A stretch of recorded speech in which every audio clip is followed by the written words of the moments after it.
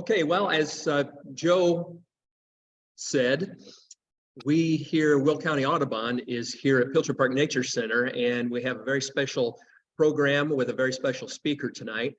Her name is Dr. Ruth Bennett, and she is a research ecologist at the Smithsonian Migratory Bird Center, where she focuses on optimizing the conservation of birds and biodiversity in tropical working landscapes. Think agriculture.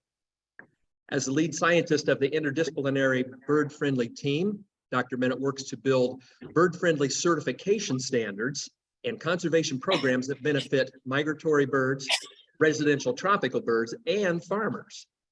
She developed the love of migratory birds and coffee agriculture while serving as a Peace Corps volunteer. Sorry, my train of thought derailed. In Honduras. While there, she found an overwintering population of female golden-winged warblers that she studied for a master's degree in applied ecology at Michigan Tech University in 2012, and her PhD in natural resources from Cornell University in 2018. When she's not in the field. This is the bird-friendly coffee thing.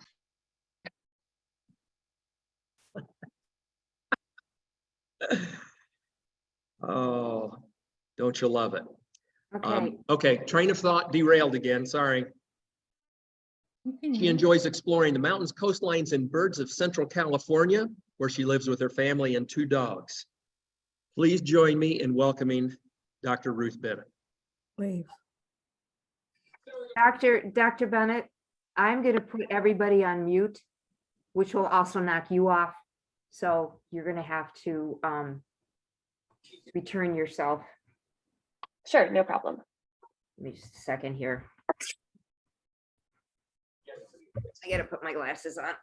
Oh.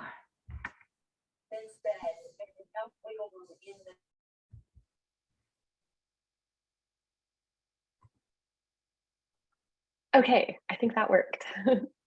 Well, good evening, everybody. Thanks very much, Greg, for that introduction. As he said, my name is Ruth Bennett. I'm calling in this evening from Monterey, California. So I work remotely for the Smithsonian, but I've been based out of California for the past couple years. So we still have some light out.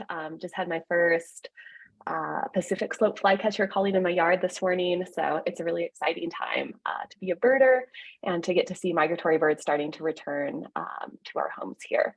So today I'll be talking about our bird-friendly coffee program at the Smithsonian and how your morning cup of coffee can impact migratory birds. So I'll start out just giving a bit of an introduction to who the Smithsonian is and who the Migratory Bird Center is. So the Smithsonian Institution is the world's largest museum and research complex. We were founded in 1846 and we're based primarily in Washington, D.C.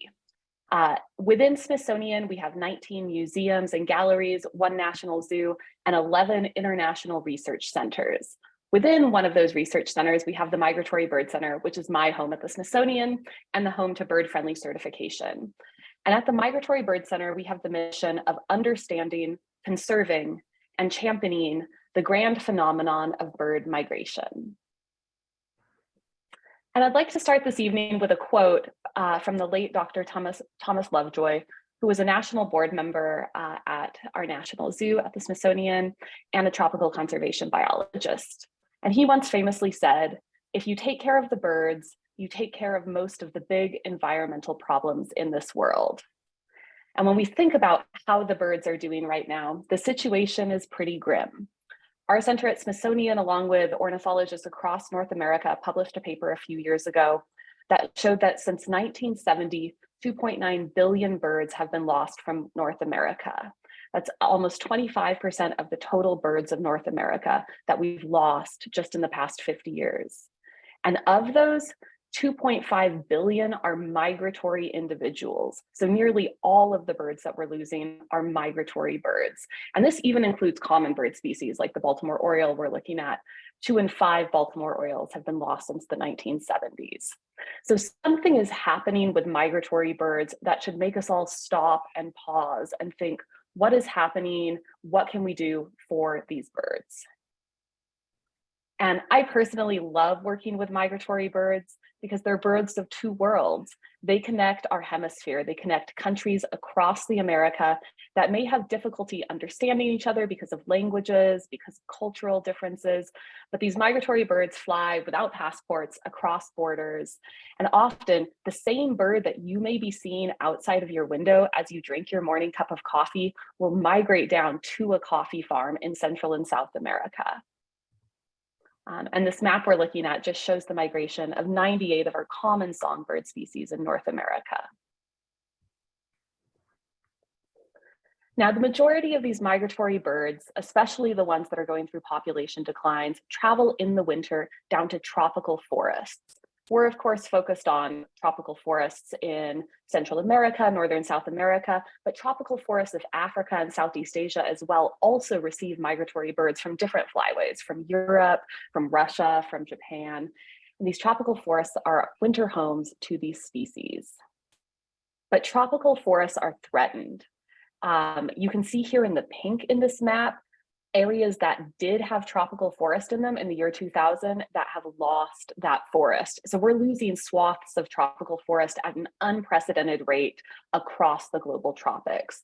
And this really does impact these migratory birds and is one of the causes of population decline. So at the Migratory Bird Center, because we want to conserve these birds, we ask what is driving this tropical forest loss to have an idea about what we can do to start conserving these birds. And there's a lot of complexity into what drives tropical forest loss, a lot of fundamental drivers, poverty, instability, corruption. But what tropical forest turns into 70% of the time is commercial agriculture. And so something with commercial agriculture, no matter what is fundamentally driving it, is responsible for a lot of this forest loss. So when we ask, how can we conserve these migratory birds? We're going to start thinking about agriculture. But often when I ask this question, people jump first to protected areas. In the United States, national parks are one of our treasures really nationally for conservation and protection. But in the tropics, protected areas often don't conserve the species we want them to. Protected areas are not representative of terrestrial biomes in the tropics. They disproportionately tend to protect higher elevation areas like this cloud forest that we're looking at here in Honduras. And that's because cloud forests and high elevation forests are water recharge zones in the tropics, and so they tend to be the areas that get protected first. But many threatened species and threatened places fall outside of these protected areas, including the winter homes of most migratory bird species. So when migratory birds arrive on the tropics, they're much more likely to go to a place that looks like this, and we call this a working landscape. So this is a landscape where you can see there's a lot of vegetation on the landscape, but there's clearly also a lot of human activity. Just to give you a sense of what we're looking at, this is a landscape in Colombia. We have coffee farms here in the foreground. We have some eucalyptus trees planted along the coffee, which is not native to this region.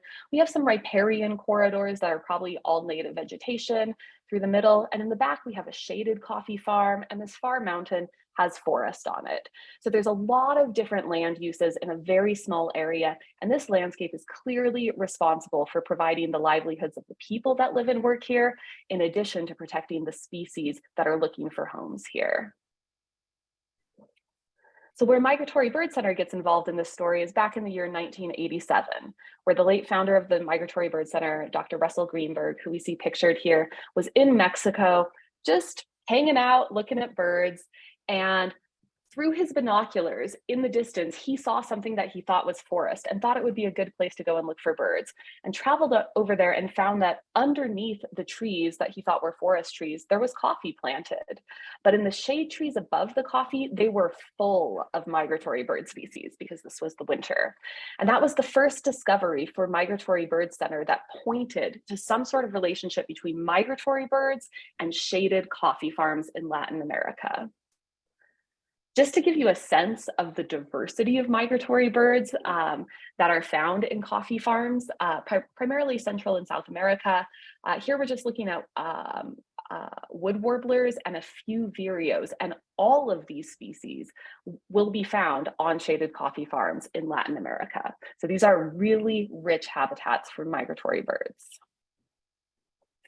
But coffee farms, and we're going to talk a little bit later about chocolate as well, which comes from cocoa farms, overlap globally with biodiversity hotspots. So on this map here, everything that's blue is a cocoa growing hotspot. Everything that's yellow is where coffee is grown. And then in orange, we have our tropical biodiversity hotspots pictured as well. And you can see that coffee and cocoa are grown in the same landscapes that protect and are homes to the greatest number of life forms on the planet. So these coffee farms and these cocoa farms are home not just to our winter migratory birds, but also to many of the forms of biodiversity on the planet. And often those species are even more threatened than the migratory birds that we're studying. So when we think about how coffee and cocoa are farmed, they're not always farmed in the same type of system. More and more today, coffee is farmed in a system that looks like this here on the left, where coffee is planted in rows. All of the native vegetation is cleared from this land before the coffee is planted, and the coffee is planted very close together so it can receive maximum radiation from the sun and produce the greatest amount possible. But coffee and cocoa were traditionally farmed in systems that look like this system here on the right, which we would call an agroforestry system. Here, the coffee is planted in the bottom, underneath banana trees, orange trees. In the middle, we probably have a nitrogen fixing shade tree species, and then native original forest trees that emerge from the canopy above the coffee and above the planted trees. So I use this image a lot when I work with kids at the National Zoo in Washington, DC, and ask them, what type of system do you think is going to have more birds and more wildlife?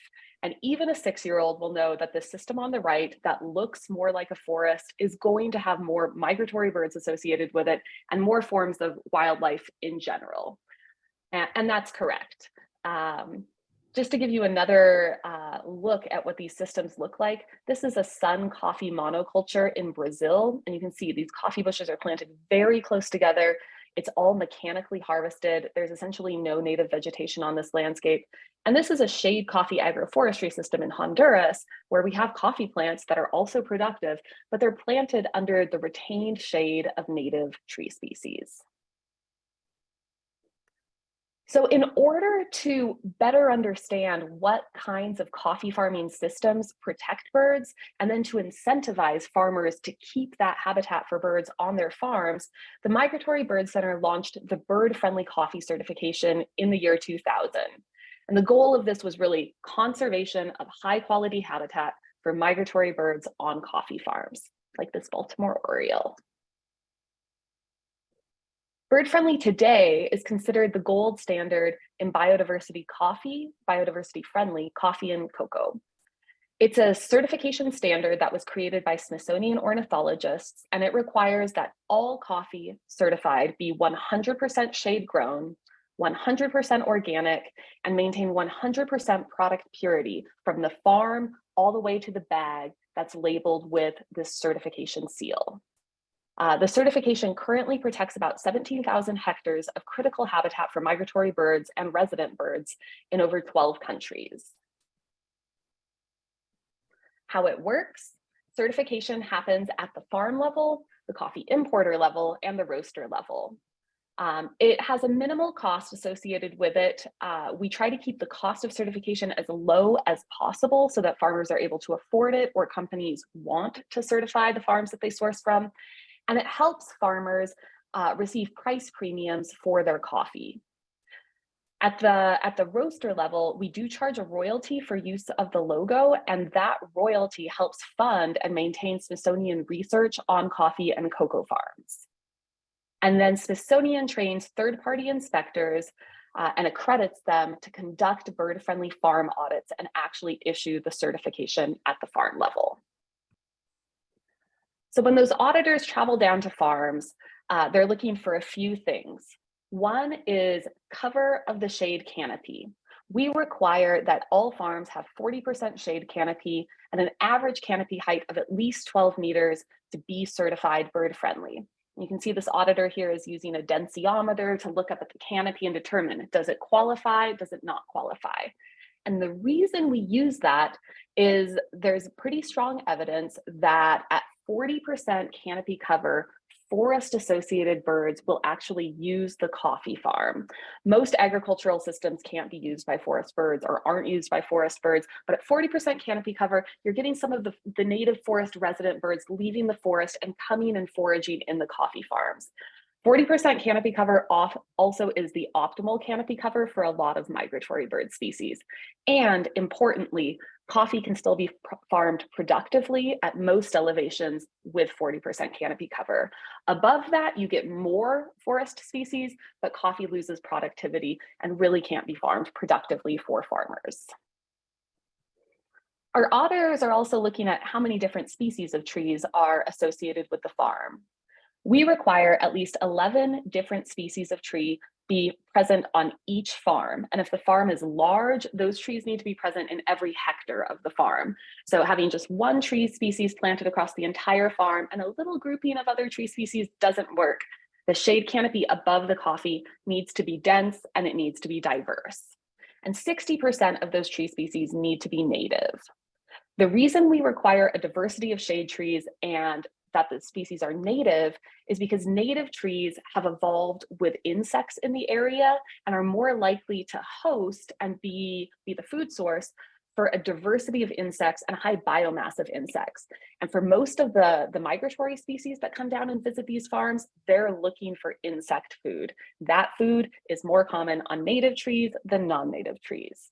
And with 11 tree species per farm, we're providing enough types of foods for a diversity of birds. So we're not just getting one species of warbler or two species of warbler. We might have 30 species of warblers and vireos and flycatchers actively searching the canopy of these trees, looking for food and finding the food that they need. Bird-friendly certification also requires that other structural habitat be maintained on the farm as well. So we recommend that standing dead wood, stumps, snags be retained.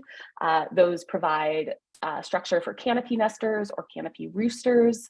We require that epiphytes be maintained on the tree species. So in the tropics, trees often have a lot of additional plants hanging off of their branches. Some coffee farmers will remove those.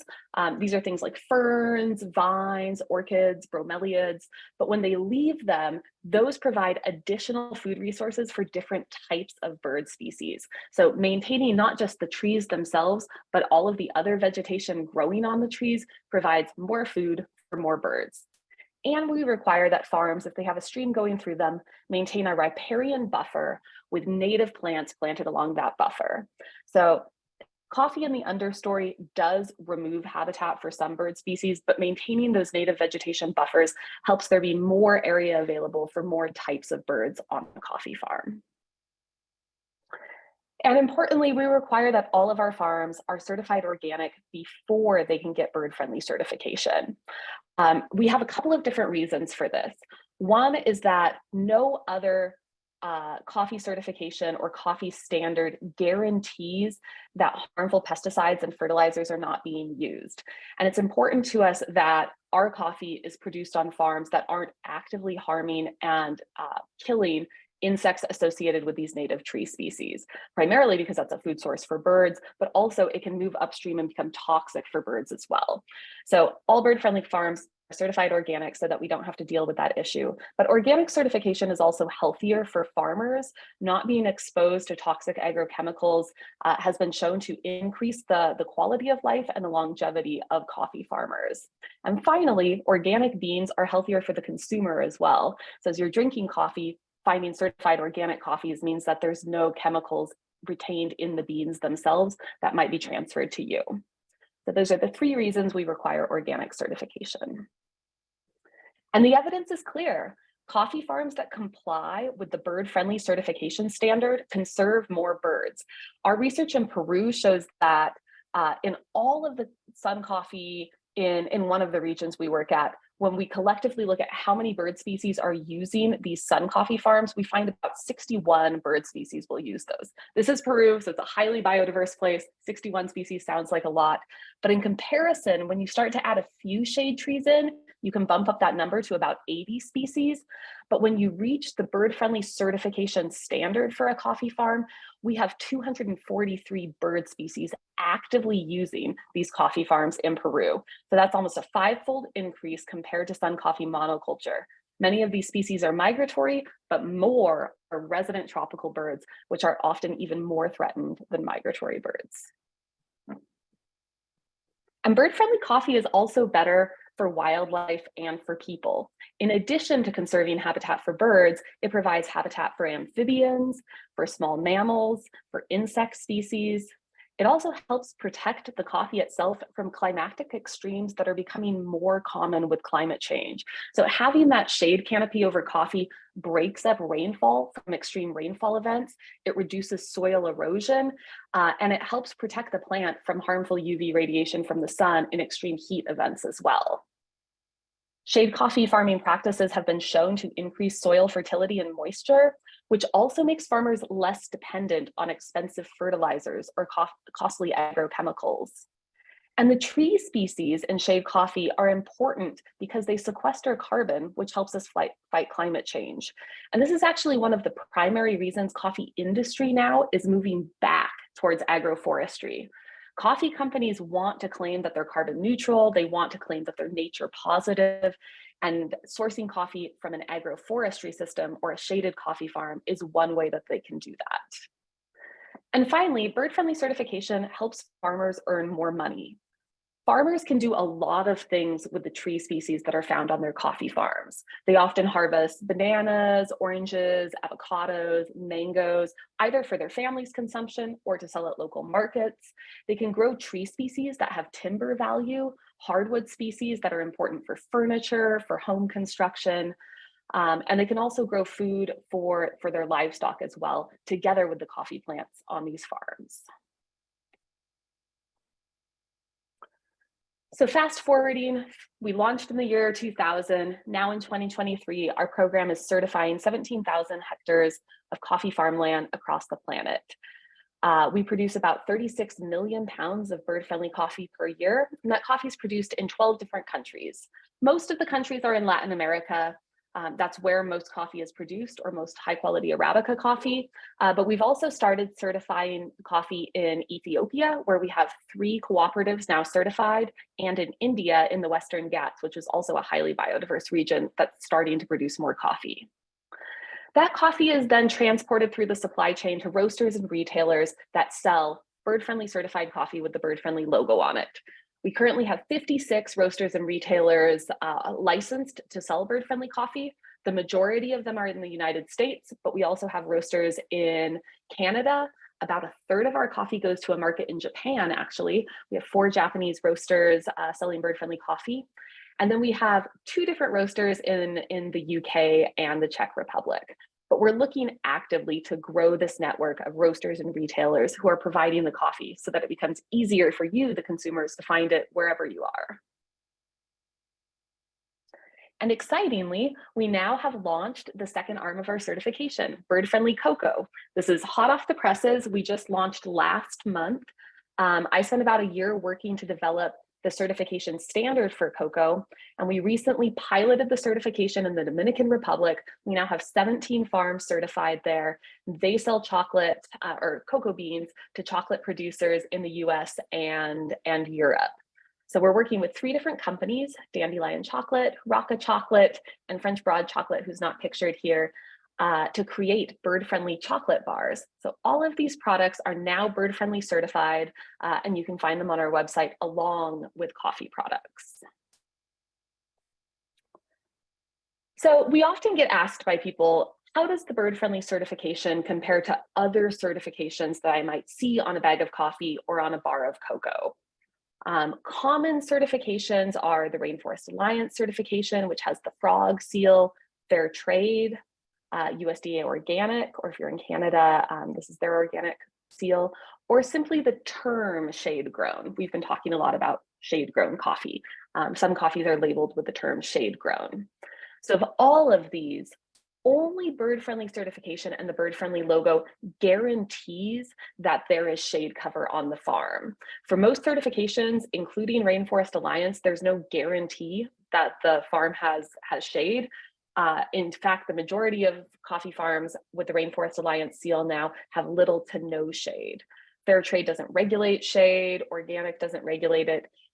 And this is surprising to most consumers. The term shade grown is not a certification, so it's not regulated. So coffee companies can put the term shade grown on their coffee if there is one shade tree on an entire farm. It's still a type of shade. So only bird friendly certification guarantees dense and diverse shade cover. And that makes it the only certification that can guarantee biodiversity protection is happening at the farm level. We also regulate pesticides because we have that organic certification prerequisite. So along with organic, we are the strictest certification when it comes to both pesticides and shade and protection of biodiversity. And this is the part in the presentation when I tell you that not everything is going great and we really need your help. So currently, the supply of bird-friendly coffee outweighs consumer demand for the coffee. I mentioned that we're producing 36 million pounds of bird-friendly coffee each year. We only sell with the certification label about 2 million of those pounds. And the reason is there's simply not enough consumer awareness of the bird-friendly label and of the bird-friendly story and why this coffee is so important for migratory birds and other wildlife. So our program has been working over the past 3 years to overcome this low consumer awareness or consumer confusion about what the certification label is. And we're really trying to increase bird-friendly certified product availability. And we're doing that with increased outreach and marketing. After 20 years of running a certification program, Smithsonian Bird Friendly now knows that the science behind bird friendly does not sell itself. When the science is not paired with strong marketing, strong brand awareness, people simply don't know to look for bird-friendly coffee or to purchase it. But we do have new market research that suggests that within birder groups, within zoo and aquarium visitors, people want to purchase bird-friendly coffee when they know a little bit about it. And because of that, we've launched a new engagement strategy where we're partnering with zoos and aquariums across the country to bring bird-friendly certified coffees to the zoo and aquarium visitors, but also to all roasters that sell coffee through or at those zoos and aquariums. So this strategy is actually starting to yield really great results for us. We've brought on board 6 new roasters in the past 2 years through zoos and aquariums that want to make the switch to bird-friendly coffees. And we're just about to hire a new person who's going to help us continue with that strategy and reach even more institutions and their visitors who care about conserving wildlife. So you can help. You can join the movement to become bird friendly. The easiest thing to do is to personally make the switch to drink bird friendly certified coffee or eat bird friendly certified chocolate if you're a coffee drinker or if you like chocolate. It's very easy to do. You can visit our website, drinkbirdfriendly.com, or you can just Google where to buy bird friendly coffee, and our website should be the first thing that pops up. We have a purchasing portal there where you can search all of the bird-friendly coffees available in your local town, or that can be delivered to your door. We now offer a lot of virtual sales. Almost all of our roasters will ship coffee directly to you at your address. You can also help us recruit new roasters. If you have a favorite coffee shop or a favorite place you like to buy coffee and they do not have bird-friendly coffee, you can ask them to start selling bird-friendly coffee. Consumers telling businesses they want a product is often the best way to get those businesses to make the switch.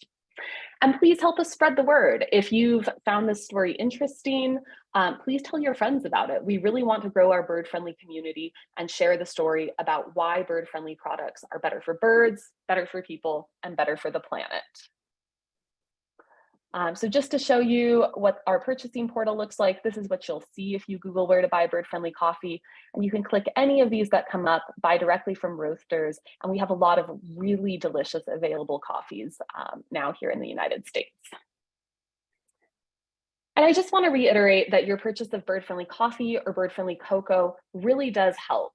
It provides a direct conservation benefit for birds. It provides additional money for farmers who might be thinking about removing shade trees from their farm, either to sell off their farm to someone else or to produce more coffee in a smaller amount of land.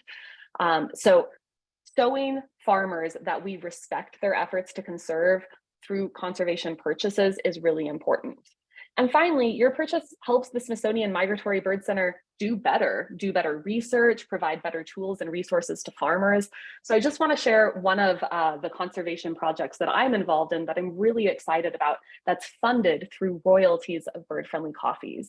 So here we're looking at one of the coffee farms I work on in Peru, and you can see there's all sorts of different tree species that are present on this farm. When we ask farmers to plant or keep 11 species of trees on their farm, often that is a lot of work for a farmer. And so we've been thinking of ways to try to make that recommendation more tailored to specific areas and give farmers better options of the tree species that are going to do the most for birds. So we're now studying 90 different species of trees that are found on coffee farms in Peru and Colombia. We're going out and doing foraging observations for an entire year on these different tree species. And we find really cool birds like this bluish fronted jacamar, different types of tanagers. Sometimes we get quetzals in the trees and a lot of our beautiful tanager species who are there eating the fruits. So with these observations, we can pull them together, analyze the data, and start to understand what are the food resources that are available for birds in that species of tree? Are they supporting insectivorous birds? Are they supporting fruit-eating birds? Are they supporting hummingbirds, nectarivores? And with that understanding, we've started to rank the biodiversity value of trees for farmers. And we can communicate that information to them through posters, through shade tree catalogs. This is something we're using right now in Peru, where we have all of these different tree species highlighted with their common name, and then a little graphic to tell farmers, this is a good species for birds because it produces fruits and it produces insects. This one's good because it fixes nitrogen in the soil and it produces insects. So these types of tools and these types of recommendations that we're offering are really allowing us to do better than just certification. And I think as the Bird Friendly program moves forward, we'll continue to invest royalty resources in these types of research questions and then high quality tools to help farmers make decisions about which trees to plant, what types of birds they want to bring back onto their farmed lands. And with that, I'll just share a little video.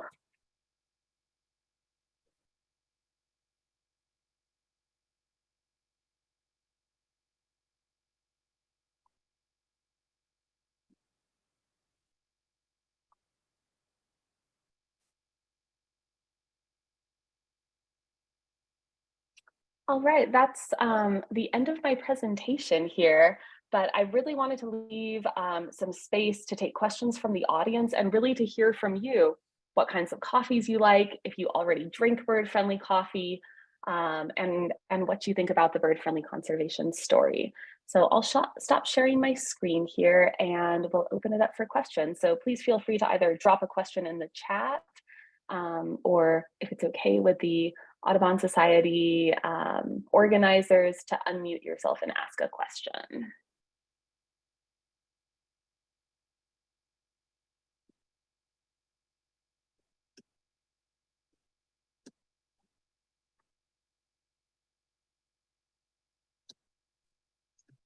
Joe, I'm hoping you've been looking at the chat. I've seen some messages come through. Are there any questions popping up? Yeah, let's see. All right, we have a comment from Jeffrey R here. I had presumed that shade grown label really meant shade grown. Perhaps it's time to change the bird friendly label to indicate that it means organic and really shade grown. Yeah, so thanks for that comment. Most people don't realize that shade grown doesn't have a certification standard attached to it. So a few years ago, we launched a campaign called Be Certain, Buy Certified, with the message that if you want to know your coffee comes from a shaded farm that's conserving habitat, you have to be certain and buy certified bird-friendly coffee. So as we think about additional marketing campaigns, that's definitely something we want to promote. So thanks very much for that that comment.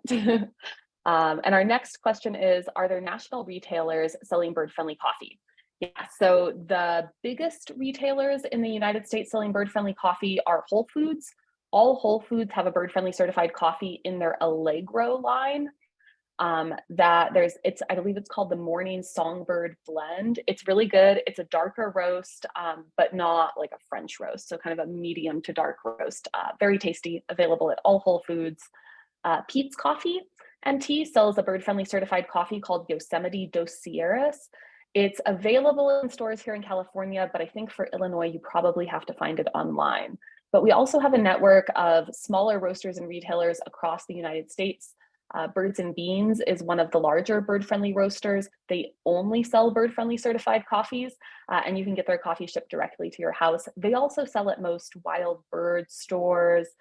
They often sell at Audubon affiliated stores.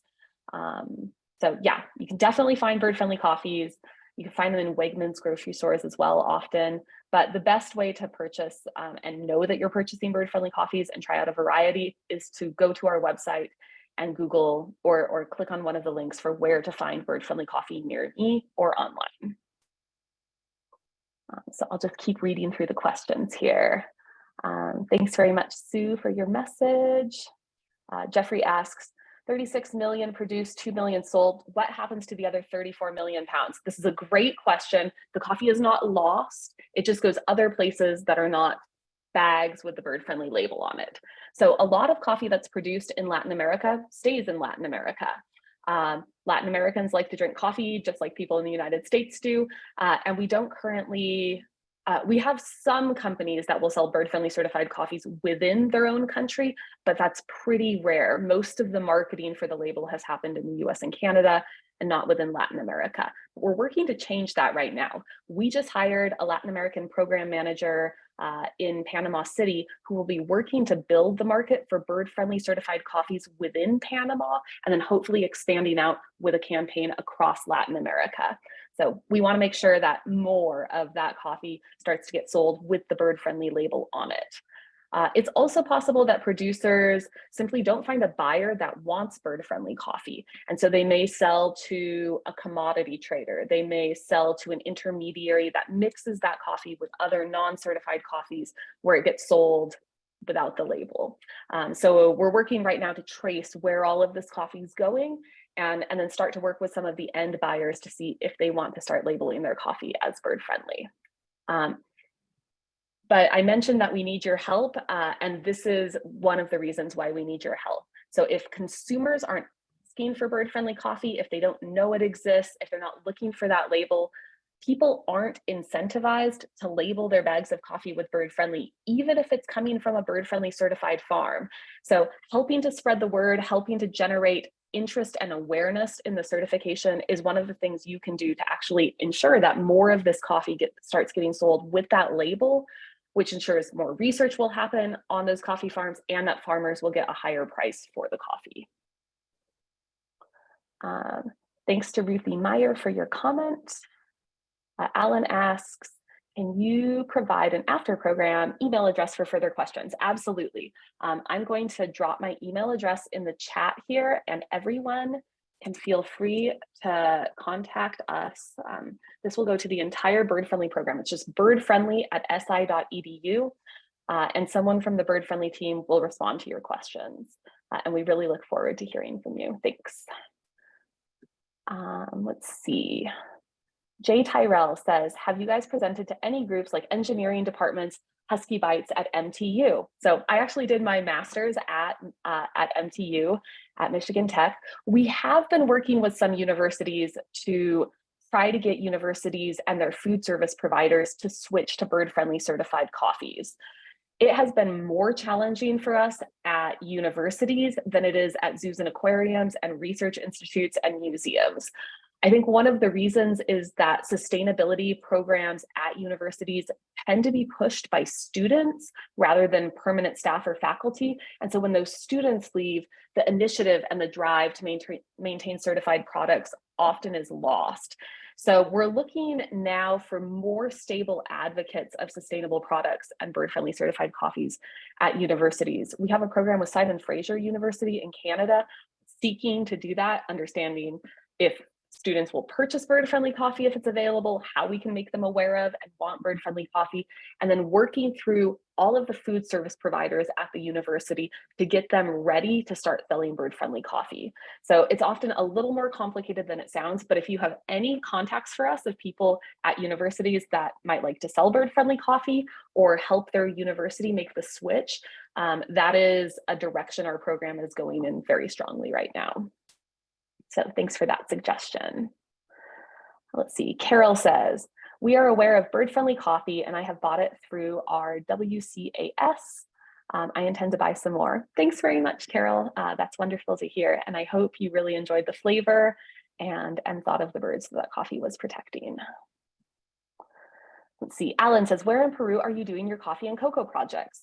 So in Peru, I work in the region around Villarrica and Oxapampa. So that's central Peru, Amazonian slope in the departments of Pasco and Chanchamayo, Junín. So central Peru is a really fantastic, beautiful place. It's really a privilege to get to work there. And I will be traveling back down to that area in July.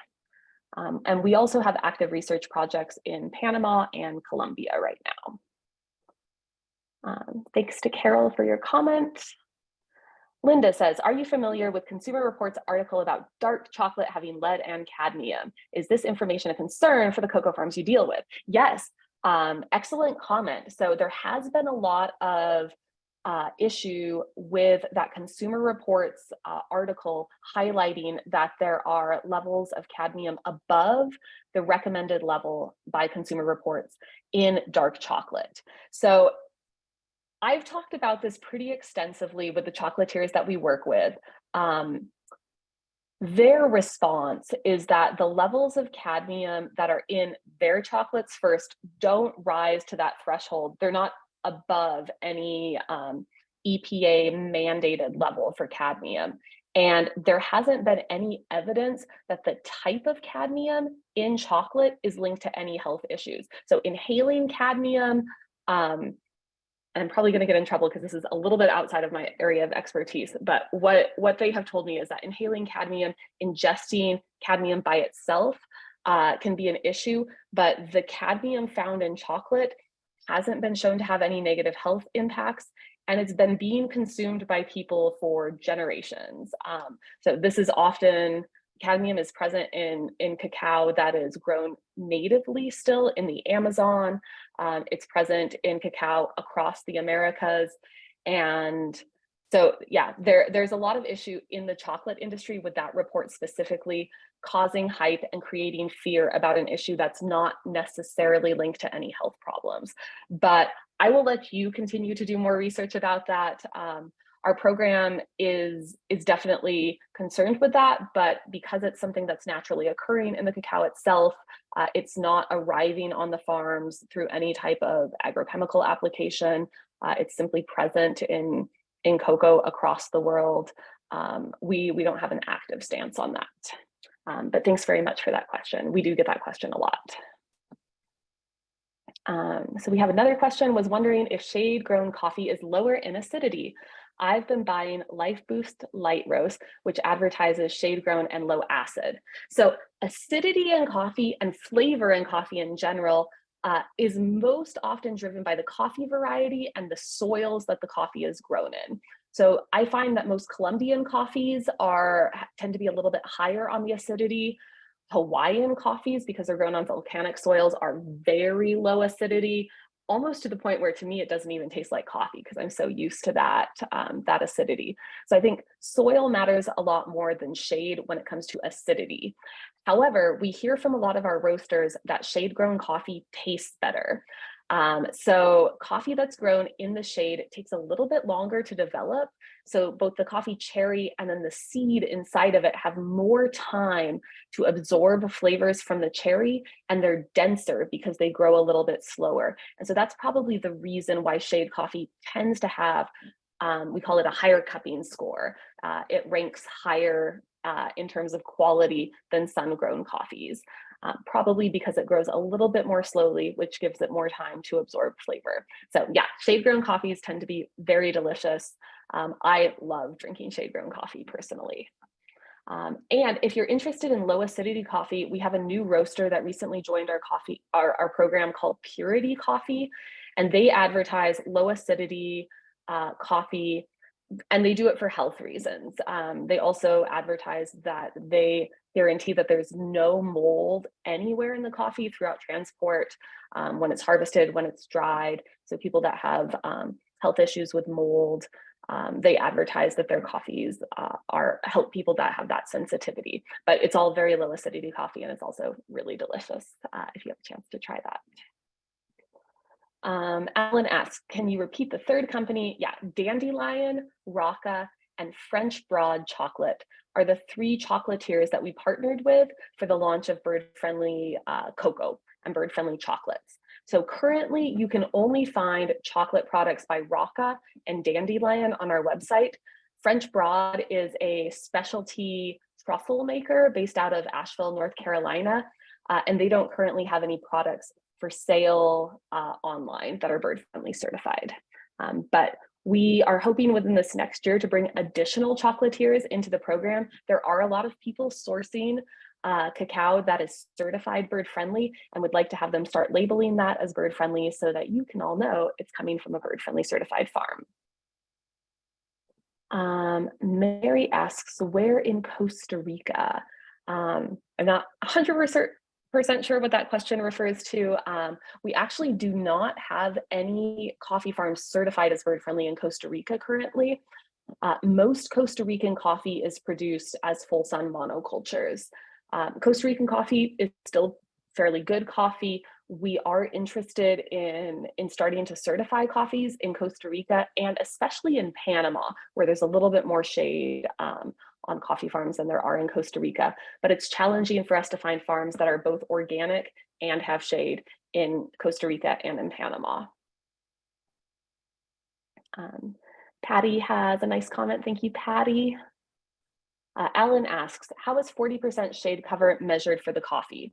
So when the program launched, we trained auditors to use spherical densiometers to measure shade, and they would walk transects throughout the coffee and measure shade cover using essentially a concave mirror that looks up at the canopy at different points. We now train auditors to use apps that are available to be downloaded on your phone, where you hold your cell phone out in front of you, it takes a picture of the canopy, and then it analyzes what percentage of that photo is covered or not covered by the shade. There's a couple key things we have to train auditors to do in order to get an accurate reading. We make sure that they're not standing under the shade of any coffee bushes. Coffee is a small tree, so it can get big enough where the coffee bushes themselves actually cover the light. And so we need auditors not to be looking at the coffee, but to be looking at the shade trees themselves. So we conduct trainings in that for the auditors. And then we work with them for their first couple of farm audits and verify with photos that what they're doing to assess the shade canopy is what we would assess that shade canopy at. So yeah, it's all done with cell phones at this point, and applications on your cell phone that can take a photo and then analyze percent canopy cover for you. Let's see, Sue has a comment. Belonging to an artist and photographer group, there are many birders, examples in the International Bird Art Show. I think we would need to be educated about this topic. They have 30,000 members. How can I provide information and get these people educated? Sue, thank you very much for that comment. If you're still on here, please reach out to us, birdfriendly@si.edu. And if there's an upcoming conference or online event like this one, we'd be happy to give a presentation to that group about bird-friendly coffee. We can also send you some materials to get you trained up in what bird-friendly coffee is if you want to be an ambassador for the program and start sharing the message about bird-friendly coffee with that group yourself. So thanks very much for thinking of that group and for that recommendation. Carol asks us to please repeat the Whole Foods coffee brand. It is called Allegro, A-L-L-E-G-R-O, like happiness, Allegro. And Allegro is the coffee brand of Whole Foods, which is why I can guarantee it's in every Whole Foods. So they have typically 10 to 15 different varieties of coffee that are available under that brand, and only 2 of them are certified as bird friendly. The most common one is called Morning Songbird Blend, and it'll have that bird friendly logo right on the front of the package. Sue also says, I'm friends with a small roaster in Illinois. How can I get you and them connected? Just send us an email, birdfriendly@si.edu with the name of that coffee roaster, and we'll reach out to them directly.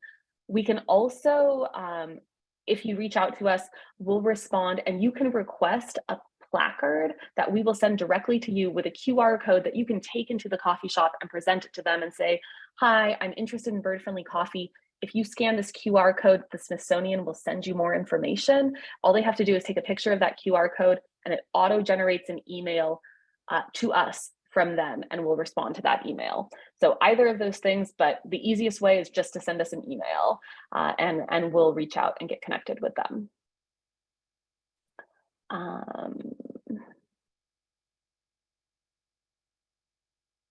And then, are the recommended chocolates only dark chocolates? What about milk chocolates?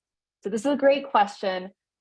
For our initial launch of Bird Friendly Cocoa and Bird Friendly Chocolate, there are only dark chocolates available. So Dandelion Chocolatier only creates dark chocolate. I think 50% cacao is the lowest that they go for any of their chocolates. And Rocca Chocolate actually has a greater variety of chocolates. They have some milk chocolates. They actually have some coconut milk chocolates, and one of those is bird friendly certified. So yeah, we don't have a huge line of bird friendly chocolates available yet, but that's something we'll be working to develop now that we've launched the certification. And that takes us to the bottom of the chat. Any additional questions or comments? Ruth, I have a question and a comment. This is Sure. Greg at the Nature Center.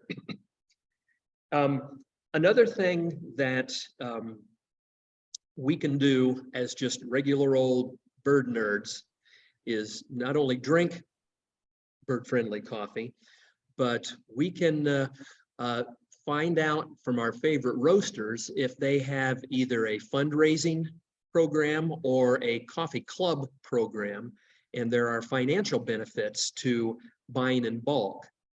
So the one that's, I do fundraisers at my church on a quarterly basis, and I use Dean's Beans, which is out of Orange, Massachusetts. And we get a break on the price of the coffee, and we get a break on the shipping when we do a fundraiser. So these are things that you can do with your Audubon chapter, with your church, with you name it, what organization, your photography club, and make a bigger impact. Yeah, thanks very much for that suggestion. That's a great idea. If people are interested in organizing something like that, you could reach out to us, and we have a handbook actually with ideas of how to organize an event, how to share coffee, but it's not very complicated. You can definitely organize it yourself. And there's a few roasters in the Bird Friendly program that will sell you bulk coffee, a 5-pound bag or a 10-pound bag that can get divided up among members of a church, members of an Audubon chapter, and sold for a much cheaper price typically than buying a single bag yourself. Okay, and I thank you. And I also have a question, and it's kind of related to, I think it was Sue's question a little earlier. I was recently in Costa Rica, and I was asking our in-country bird guide about bird-friendly coffee, and I got pretty much the same answer that you just that you just gave, I mean, he knew every place to look for birds, but didn't know anything about bird-friendly coffee. So my question to you is, where do you know of bird-friendly coffee farms that host tour groups? Yes. Yeah, that's a great question. So we are working to expand the support that we give to farms to develop ecotourism operations. There are a few farms that do host bird groups. I'm trying to think off the top of my head what they are. There's a cooperative in Marcala, Honduras, where the majority of the coffee producers in Marcala are bird friendly certified. And there are several bird tour guides operating in that area that can take you out to the farms. Most of the birding that happens there is on shaded coffee farms because the farms have great birds.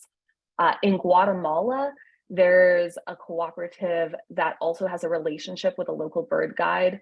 I'll have to follow up with you after the program to get you the names and contact information if you're interested. But that does exist, but it's still not super common within bird-friendly certified cooperatives. One of the reasons is about 75% of the farmers that produce bird-friendly coffee only have 1 or 2 acres of coffee farmland. So often their land is too small to have an ecotourism operation and farm coffee, but we do have several large estate style farms that are in the program. Now I'm remembering, there's 2 in Colombia that I do believe have eco cabanas on their coffee farms. So they will host visitors. I'm not sure if they themselves will provide a bird tour guide for you, or if you have to bring a guide with you.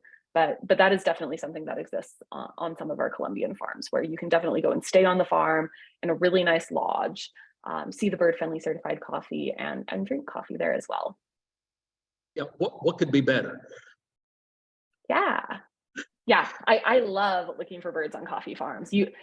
For birders as well, you can also see birds a lot more easily on a shade coffee farm than you can in the forest. A lot of the understory is cleared out, or it's just the coffee trees themselves. So the birds are kind of right above eye level in that lower canopy of the shade trees. So it's a really good place to go birding and see birds. Bird photographers take note. Yes. So let's see.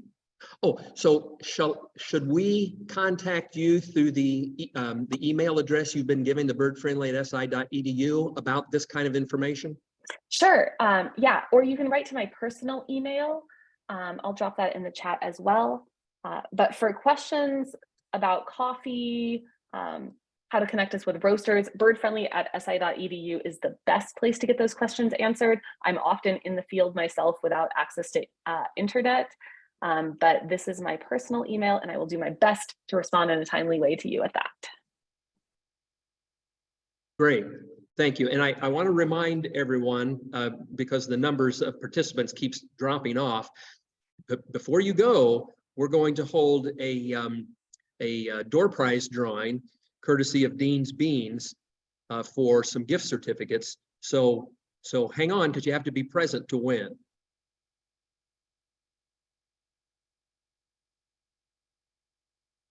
Any more questions for Dr. Ruth Bennett?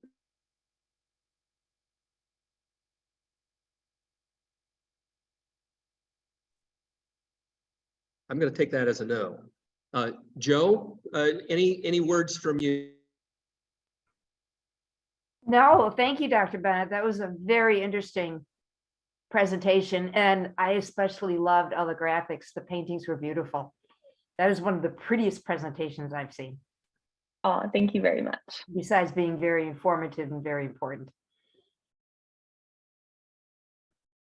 I just can't thank you enough for doing this presentation tonight, and we're gonna keep spreading the word and carrying the banner. It's always a pleasure to speak with folks that are members of Audubon Society. So thank you all for taking this time out of your evening to learn more about bird-friendly coffee. Bye-bye, everybody. Bye.